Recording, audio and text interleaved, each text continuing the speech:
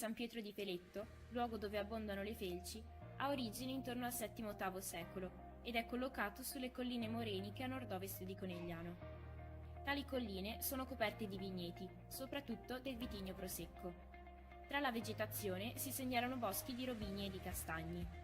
Il paese di San Pietro, località rilevante da un punto di vista naturalistico, è poi caratterizzato dalla presenza di numerose case rurali, sparse sulle colline dominate dall'antica pieve di San Pietro. Nell'area pianeggiante retrostante quest'ultima, invece, hanno sede villette d'abitazioni di recente fattura, che costituiscono la zona residenziale del paese. Dal punto di vista storico-religioso, in questo territorio è caratteristica la chiesa, dove si trova l'affresco del Cristo della Domenica. Si tratta di un'iconografia rara, rappresentante un Cristo, circondato da vari attrezzi del lavoro artigiano e contadino. Lo scopo era quello di semplificare la necessità di santificare le feste. È un documento storico importante perché permette di capire quali fossero le attività caratteristiche di questo territorio.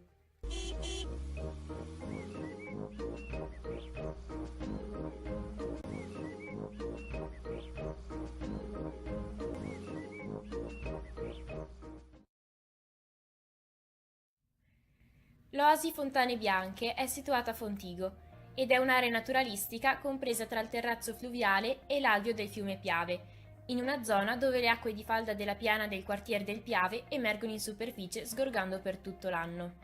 Il percorso permette di osservare le più interessanti emergenze naturalistiche all'interno dell'Oasi. È una meta gettonata in ogni stagione. Infatti, mentre in autunno possiamo osservare gli uccelli migratori, tra cui il martin pescatore e il germano reale, in primavera si può ammirare la flora locale, come orchidee e salici bianchi.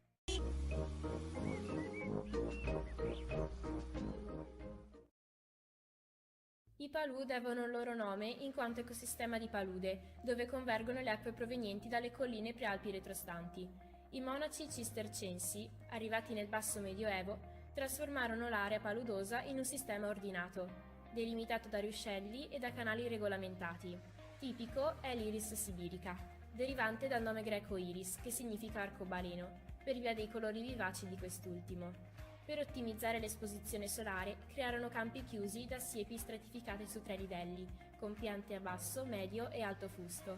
Ai cistercensi la natura appariva come un libro scritto da Dio, e il loro labirinto di sentieri, fossati, campi ed essenze arboree diventò per loro icona del cosmo, dell'uomo e del divino, che definirono cattedrale verde.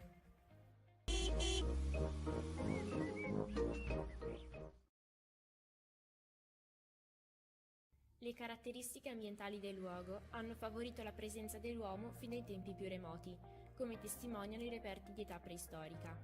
In epoca medievale Vidoro acquista importanza come porto fluviale sul Piave, dove fu edificata l'abbazia e un castello con funzione protettiva, oggi scomparso.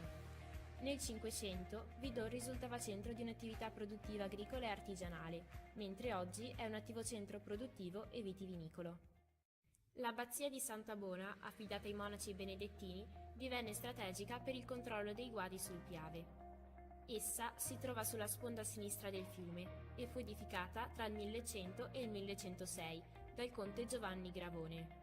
I conflitti politici fecero venir meno l'autorità e la fama del monastero. Nel 1773 fu soppressa definitivamente e i suoi beni vennero messi all'asta ed acquisiti dal nobile Niccolò Erizzo, che provvedette alla restaurazione dell'abbazia.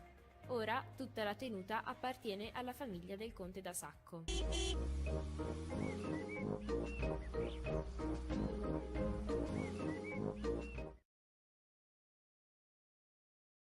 La chiesetta di San Vigilio domina col San Martino. Dal suo cortile esterno si gode di un'ottima vista sul Montello e sul Piave. Questa piccola chiesa fu costruita in stile romanico intorno al 1100. Ha una forma irregolare con campanile basso e sulle 2 facce sono presenti degli orologi di grandi dimensioni. A destra della navata è raffigurato un elegante San Giorgio mentre uccide un drago, simbolo del male, perché, leggenda vuole, che avesse liberato una città della Libia da un drago che uccideva tutte le persone che incontrava. L'altro santo raffigurato è San Bovo, venerato come protettore dei contadini. Le figure dei cavalieri, affrescate in San Vigilio, sono rappresentate in modo tale da mettere in evidenza la loro superiorità rispetto a tutti i contadini.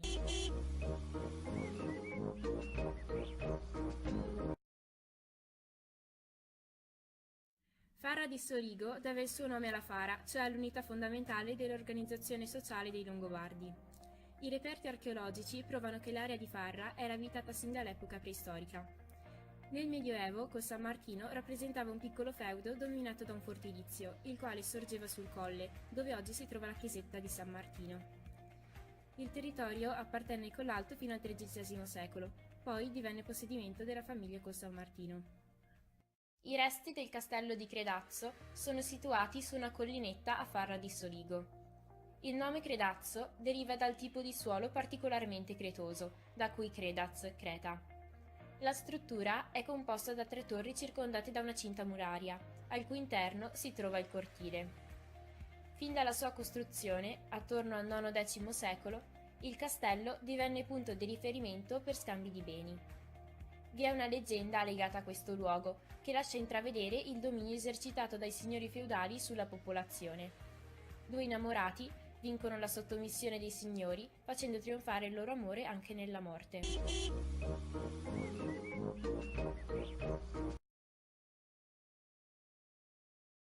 Sulla cima del Colle San Gallo è situata la chiesa risalente al 1354, che prende il nome dal colle stesso. La tradizione vuole che un certo frate Egidio di Lombardia abbia eretto nel 1430, sulle rovine di un castello, il Romitaggio di San Gallo. In passato il Romitaggio era meta di quanti andavano a Ceur-la-Sonne. Vi si recavano per ricevere la benedizione per coloro che soffrivano di insonnia. L'intitolazione a Santo Abate Gallo, raffigurato in un affresco posto sull'altare maggiore risalente al 1422, venne in ricordo dei primi anni di vita religiosa, trascorsi dal frate nell'omonima abbazia in Svizzera.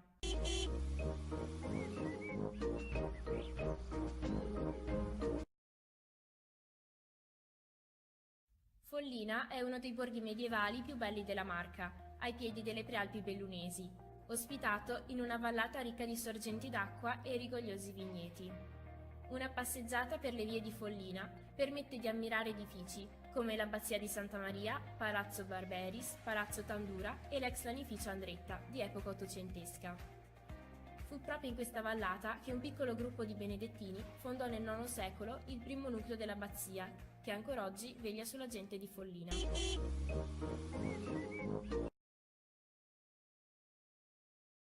Il territorio di Cison è situato nella parte medio-alta della vallata e deve la sua importanza al castello, che fu per molti secoli il centro del potere politico della zona.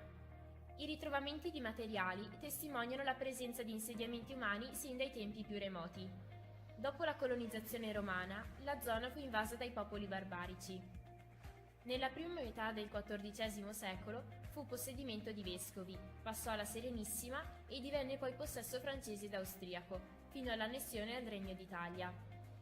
Le origini di Castelbrando si possono far risalire al tempo delle invasioni barbariche. La sua posizione permetteva infatti il controllo dell'intera vallata.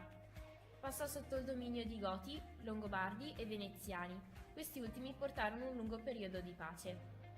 Un altro importante edificio che caratterizza Cison è il Palazzo di Montalbano, il quale aveva scopo di esercitare le attività politico-amministrative del paese,